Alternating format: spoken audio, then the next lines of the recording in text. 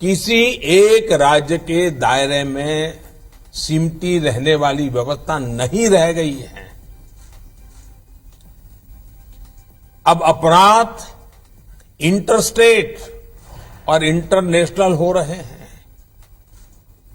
यानी टेक्नोलॉजी की मदद से एक राज्य में बैठे अपराधी दूसरे राज्य में भयंकर अपराध करने की ताकत रखते हैं।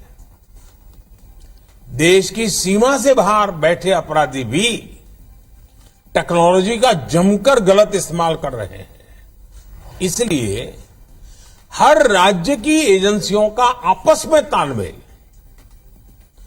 केंद्र और राज्य की एजेंसियों का आपस में तालमेल, ये बहुत जरूरी है। केंद्रीय पुलिस नाम की कोई चीज होती नहीं है।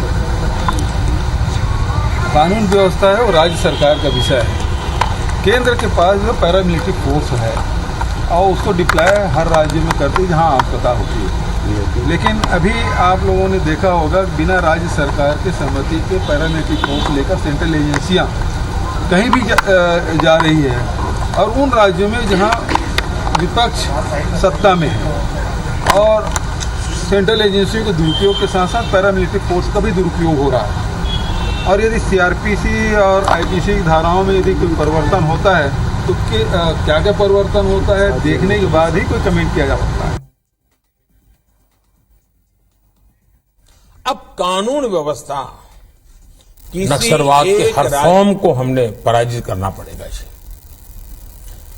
बंदूक वाला भी है और कलम वाला भी नक्सलवाद है। हमें इन सब का काट निकालना पड़ेगा जी। हमारी युवा पीढ़ी को भ्रमित करने के लिए ऐसी बचकाना बातें कर करके चल पड़ते हैं लोग। अब वो लगातार इस प्रकार से शहरी नक्सल के नाम से बहुत लोगों को प्रताड़ित करने की बात होती है। जैसे सुधा भारद्वाज हमारे छत्तीसगढ़ में रही, वकालत करती थी और छत्तीसगढ़ मुक्ति मोर्चा की वकील रही है, लेकिन अब उसको शहरी नक्सली करके उसको अंदर कर दिए। तो इनके जो दृष्टि है, दृष्टि में अब भारतीय जनता पार्टी के दृष्टिकोण देखें तो यदि आप भाजपा के खिलाफ करेंगे तो आप धर्मद्रोही हो जाते हैं और यदि प्रधानमंत्री गृह मंत्री के विरोध बात करें तो आप राष्ट्रद्रोही हो जाते हैं। तो इनका जो परिभाषा है वो अलग ही है। तो आज गृह मंत्रियों को संबोधित किया है प्रधानमंत्री नरेंद्र मोदी ने और उसके बाद माना यही जा रहा था कि आंतरिक सुरक्षा को लेकर के जो बड़ा बयान आया है प्रधानमंत्री नरेंद्र मोदी का, उस पर काफी सियासी बवाल होगा। और आपने सुना, हमने मुख्यमंत्री का भी वर्जन सुना है कि मुख्यमंत्री का भी क्या कुछ कहना है सीएम भूपेश बघेल का इस पूरे मामले पर।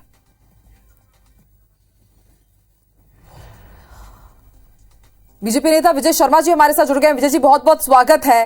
सर, जो बड़ा बयान आया प्रधानमंत्री नरेंद्र मोदी का कि किस तरह से आंतरिक सुरक्षा का जो मामला है वो अब सिर्फ सरकार का हिस्सा नहीं है, राज्य सरकार का हिस्सा नहीं है, बल्कि अंतर्राज्य और अंतर्राष्ट्रीय हो गया। तो ऐसे में केंद्र और राज्य का समन्वय होना चाहिए। अब मुख्यमंत्री सीएम भूपेश बघेल से भी हमने सवाल किया तो उन्होंने कहा है कि अभी हिस्सा राज्य का ही है और उन्होंने एक बार फिर से वही बात दोहराई कि किस तरह से केंद्रीय एजेंसियों के ऊपर पक्षपात का आरोप लगाया सर उन्होंने। जी, ये बिल्कुल रूटीन की बात है और अभी हम ये भी समझ सकते हैं जब अंतर्राज्यीय कोई विषय होता है। छत्तीसगढ़ में नक्सल छत्तीसगढ़ से प्रभावित है बड़े दिनों से नक्सलवाद से। आंध्र प्रदेश, तेलंगाना, इन सब, ओडिशा, झारखंड, हर तरफ से आप देखेंगे तो छत्तीसगढ़ भी उसमें इंक्लूडेड होता है। अंतर्राज्यीय है।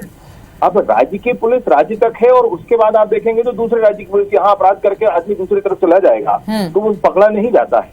इसलिए अंतर्राज्यीय जब विषय हो जाता है तो निसंदेह ये सुरक्षा का ऐसा ही मामला है जिसमें सारे एजेंसियों को मिलकर काम करना चाहिए। और मोदी जी का विषय मैंने बहुत ध्यान से सुना है।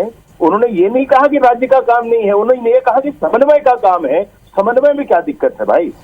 समन्वय में क्या दिक्कत हो सकती है? मतलब समन्वय के नाम पर अगर कोई कहे और उसके बाद ये कहा जाए कि हमारे साथ अन्याय हो रहा है तो ये तो छाती पीटने वाली बात है। इसमें कहीं कोई विषय नहीं है, बिल्कुल सामान्य विषय कि अब जो अपराध के दर भी बढ़ रहा है, अपराध की वृत्ति भी परिवर्तित होती रही है और उसका क्षेत्र भी बढ़ रहा है। और ऐसी परिस्थिति में टेक्नोलॉजी का बड़ा यूज है। झारखंड के लोग, बिहार के लोग कभी कुछ पकड़े गए जिन्होंने छत्तीसगढ़ में साइबर ठगी की। अब छत्तीसगढ़ में साइबर ठगी अगर हो रही है और आप ये कहें कि छत्तीसगढ़ की पुलिस अगर झारखंड में जाए और झारखंड की पुलिस उनका सहयोग ना करे, तो क्या ये संभव है और क्या ये उचित है? अब विजय जी, लेकिन टाइमिंग को लेकर के भी सवाल उठाए जा रहे हैं ना कि अगले साल मतलब और अभी भी बहुत बड़े चुनाव है आने वाले दिनों में, तो उसके पहले ये कि इसके जरिए तो फिर फायदा उठाने की कोशिश करेगी केंद्र सरकार जहां पर उनकी सरकार नहीं है। देखिए, मैं आपसे एक बात निवेदन पूर्वक कहना चाहता हूं, चाहे ईवीएम मशीन की बात हो, चाहे केंद्र की एजेंसियों से फायदे और इस तरह की बात हो, एकदम फजूल बात होती है। जमाना बीत गया है, हर हाथ में मोबाइल है, कौन बड़े किनारे से भी कहीं दूर से भी आदमी मोबाइल पर शूट करता है, रिकॉर्ड करता है।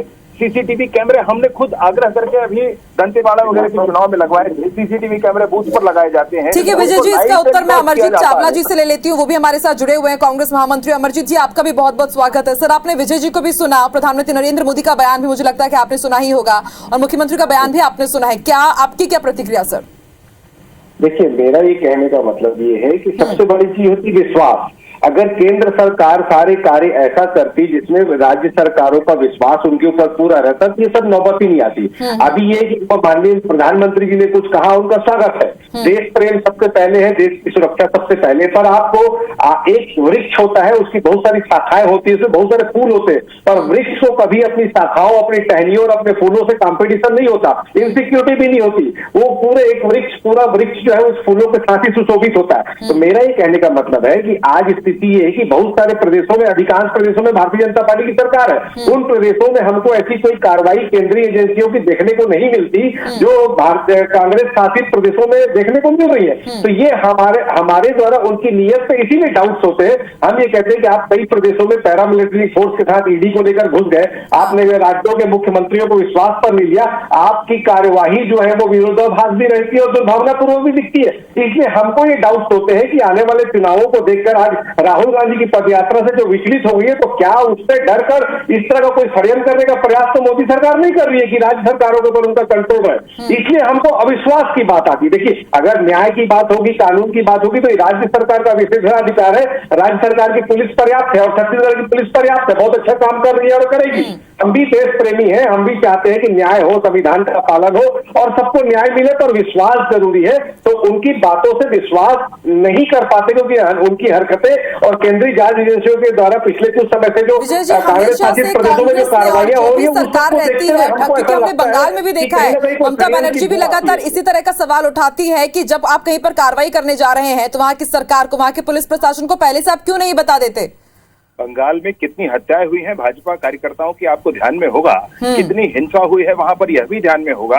अगर पुलिस पंगु हो जाए, कुछ न करे, तो क्या किसी और दूसरी एजेंसी से कोई गुहार नहीं लगा सकता है? मैं आपसे एक बात और कहना चाहता हूं, हर बार कांग्रेस की तरफ से ये कहा जाता है कि सिर्फ ईडी का छापा छत्तीसगढ़ में पड़ा है, कांग्रेस शासित राज्यों में नहीं पड़ा है। पिछले ही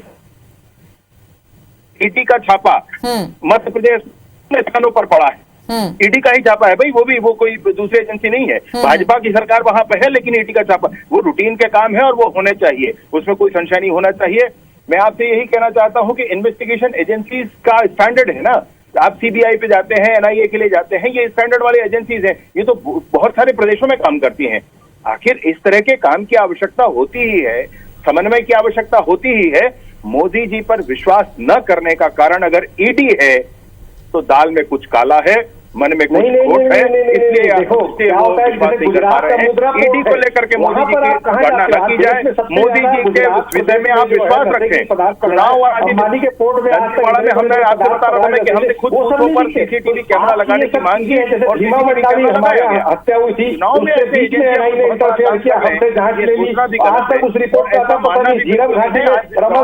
विधानसभा मोर्चा की सीबीआई कहा तो आज तक उसकी रिपोर्ट का था। तो इनकी हरकतें ऐसी होती है कि गाहे बगाए इनकी हर चीज में हमको आती है। कैसी हरकत आप आपसे विरोधाभास दिखता है, आप दुर्भावनापूर्वक कार्रवाई कर रहे हैं, दिख रहा है लगातार। हमारे प्रदेशों में भी दिख रहा है, उन प्रदेशों में भी जहाँ कांग्रेस की सरकार रहती है। गुजरात में आप ये महामाशी वाला हरकत क्यों कर रहे? मुद्रा कोर्ट पे इतने सारे वहाँ पे नशे के पदार्थ पकड़ाए तो आपकी कार्रवाई क्या की? विजय जी, अमरजीत जी, एक एक करके आप अपनी बात रखें ताकि दर्शक आपको समझ भी पाए। पूरा 2 महीने तक आपने हरदम मचा दिया। मुद्रा पोर्ट में इतना बड़ा नशीला पदार्थ का जखीरा पकड़ा है अरबों करोड़ों, तब आपका एजेंसी कहाँ गई? ये सब चीजें हैं, हमको कोई आपत्ति नहीं है, हमको किसी के ऊपर आरोप भी नहीं लगाना है, क्योंकि हम आपके तरह झूठे आरोप भी नहीं। हम ये बोलते हैं कि आप विश्वास में लेके, आपके इस देश में ही राज्य सरकारें हैं, इस देश की ही राज्य सरकार है, वो भी जनता के द्वारा निर्वाचित है, तो आप हमारे राज्यों के मुख्यमंत्रियों को विश्वास में लेके राज्य, ठीक है, आपकी बात का जवाब देते हैं चावला साहब। विजय शर्मा जी, संघीय व्यवस्था में राज्यों के केंद्र के अधिकार कर्तव्य बिल्कुल सुनिश्चित हैं, और जब इसी व्यवस्था को मजबूत केंद्र सरकार भी बनाना चाहती है, तो इस बयान को आप किस तरह से लेते हैं? क्या ऐसी परिस्थितियां आई हैं कि राज्यों को यह आपत्ति लेनी पड़ रही है, या पूरी तरह से आप अनावश्यक पाते हैं? चुनाव के तरीके के लिए कह रहे हैं कि केंद्र की एजेंसियों के द्वारा चुनाव प्रभावित किए जाते हैं, कह रहे हैं कि केंद्र की एजेंसियों के द्वारा चुनाव प्रभावित किए जाते हैं। मैं आपसे पूछना चाहता हूं कि 70-75 सीट कांग्रेस की कैसे आ गई छत्तीसगढ़ में? ईवीएम का विरोध करते हैं, उसी ईवीएम के माध्यम से सरकार बनी है भाई। और केंद्र की एजेंसियां ऐसे, देखिए आप खुद भी समझ सकते हैं इन बातों को, इंफॉर्मेशन टेक्नोलॉजी का एज है आज, इस युग में इस तरह से कुछ नहीं हो सकता है जिस तरह की बातें कही जा रही हैं। अरे भैया, और इस बात पर तो विवाद ही नहीं होना चाहिए। अगर प्रधानमंत्री जी ये कह रहे हैं कि आंतरिक सुरक्षा देश की आवश्यक है और उसके लिए मिलकर काम करना होगा, सिर्फ राज्य सरकारें नहीं कर सकती हैं, उसके लिए केंद्र सरकार को, वो तो जिम्मेवारी ले रहे हैं ना अपने ऊपर, इसमें क्या दिक्कत हो रही है? चावला साहब, आंतरिक सुरक्षा के मामले में केंद्र अगर ये कहता है कि राज्यों के साथ मिलकर काम करें, इसमें आपत्ति का बिंदु क्या है मूलतः? उसके बारे में भी तो कुछ बोल दीजिए, पेगासस के बारे में भी तो बोल दीजिए, जिसमें कहा गया कि इतने सारे लोगों को फोन टेप कर रहे हैं आपके केंद्रीय मंत्री अश्विनी वैष्णव जरूर बोलना चाहता हूँ, जैसे और कई पत्रकारों का भी नाम था, वो आप ही के कलंक है, आप ही की सरकार के कलंक है। पेगासस के बारे में आपसे जरूर बोलना चाहता हूँ, वो जांच हो चुकी है। अरे जिस मोबाइल को जांच करने के लिए दिया गया था उसमें पेगासस के सॉफ्टवेयर का अंत भी नहीं मिला है, कोई ऐसी बात नहीं है। कुछ आज तक मोदी का कोई बयान नहीं आया उस पर। जी ठीक है, अब जवाब दें विजय जी, जवाब दें। जासूसी पेगासस पर भी एक सवाल उठा रहा है विपक्ष या कांग्रेस पार्टी, कहें इस पर अपनी बात कहें। क्या कहा साहब, मैंने सुना नहीं, मैंने एक बार आप जिस पर बात करना चाहते हैं पेगासस पर, जिन्होंने सवाल उठाया है, जासूसी जिस पर सवाल उठाया उस पर जवाब दें ताकि जनता सुन पाए। मैं वही कह रहा हूं, पेगासस के बारे में जिन मोबाइल को कांग्रेस के नेताओं ने जमा किया था उसमें पेगासस नहीं पाया गया। ये जांच की एजेंसी हैदराबाद वाली जो एजेंसी है, उस एजेंसी का रिपोर्ट है भाई। मतलब वो जबरदस्ती का एक माहौल खड़ा किया गया कि पेगासस से ऐसी जासूसी हो रही है, ऐसा कुछ नहीं हुआ है ना।